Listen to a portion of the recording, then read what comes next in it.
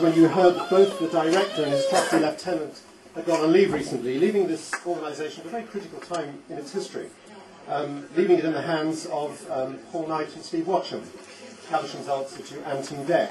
I'm very pleased to be able to reassure you that at no time, this is very important, at no time was BBC Motoring left rudderless. Throughout this period, one man has had his hands very firmly in the till. Sorry, I mean on the tiller. This is the man who's been the driving force behind change at Motoring. He's the man who put the con into consultant, the tap into Gestapo, and the bonk into bonkers. And he's come along this evening to answer your questions. So I hope you'll give a very warm welcome to our new Cultural Change Enforcement Advisor. Yes, you guessed, it's Crispin Mildew.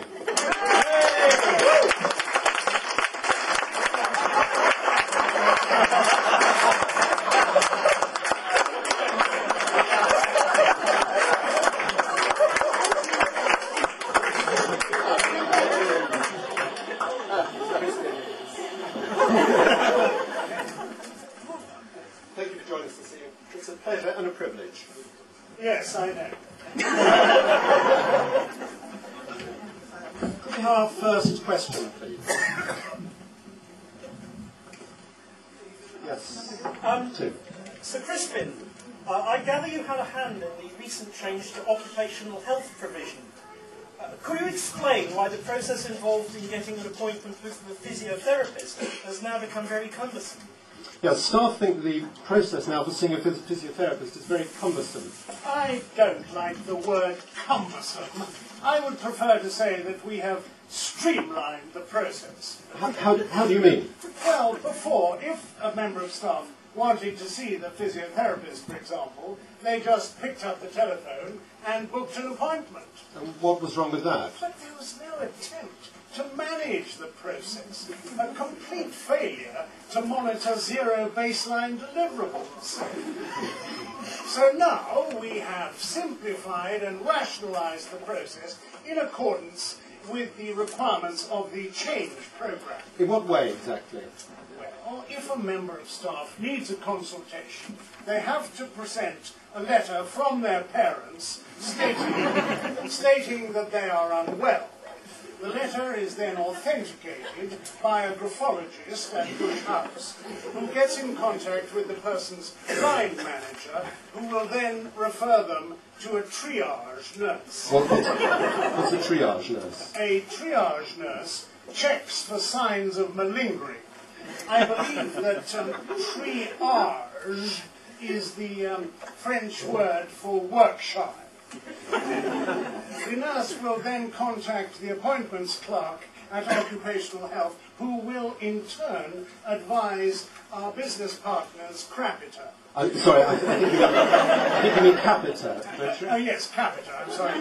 Capita will then ask the would-be patient to fill in a form stating that they are unwell. I think we get the idea. Let's just assume that a member of staff eventually manages to persuade somebody that they really are genuinely ill. What happens then? They will be referred to Sister Wong. Sister Wong? Yes, Sister Wong, who will administer slap therapy. Slap therapy? Yes, that's right, slap therapy. You see, compared with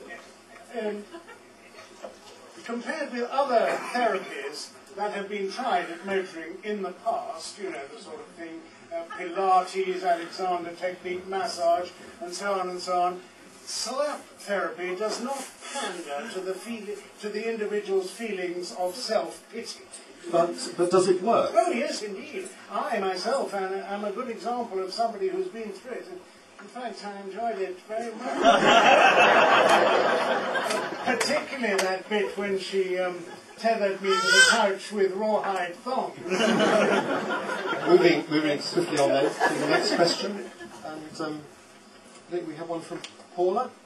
The issue of management jargon is one that greatly concerns staff here. Is this also one of your responsibilities as Cultural Change Enforcement Advisor? Thank you, Paula. Is management jargon something that you're involved with, Sir Crispin? Yes, it is indeed. In fact, it is one of my larger briefs. And you do have some pretty large briefs, don't you, Sir Crispin? How exactly do you propose to reduce management speed? No, you don't understand. My job is not to reduce it, but to increase it. To increase it? Yes, you see, the direction team... No, I must correct you there. It's the executive direction team. Oh, I'm so sorry. The executive direction team feel that it is important that staff should all speak the same language in order to consolidate the fruits of the reconstruction, of the restructuring.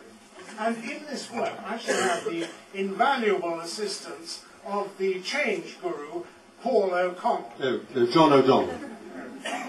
Yes, well, I suppose you're right. It does help to promote bonding amongst staff when there are no language barriers. Exactly. A secret, private language creates a sense of belonging.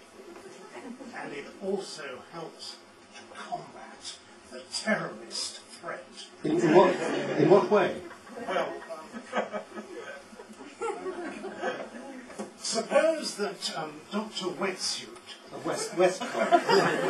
suppose that he were to send an email to his PA saying, "I'm just off to the toilet." Well, think how useful this could be to jihadists monitoring our email traffic. But I thought it was we who were monitoring the jihadists. Whereas, if he said, "I factored in a bio break," then it would be much more difficult for the crazed fanatics bent on destroying BBC motoring to monitor the doctor's movements and make use of that information. So this is why you're suggesting that all staff should attend, language enrichment seminars? Exactly. Our aim is to make every management statement completely impenetrable. Completely impenetrable? Yes. To outsiders, that is. Could you give us an example of what you have in mind? Well, take the phrase "going forward," as in the phrase "we're going forward with the change programme." Well, that's straightforward enough, isn't it? Not at all. What it actually means is we haven't the faintest idea how we're going to implement this random collection of ideas, but we've submitted them to the stakeholders who didn't want to appear stupid by pretending that they didn't know what they meant. So we're setting up a group of project volunteers on whom we can pin the blame when everything goes horribly wrong.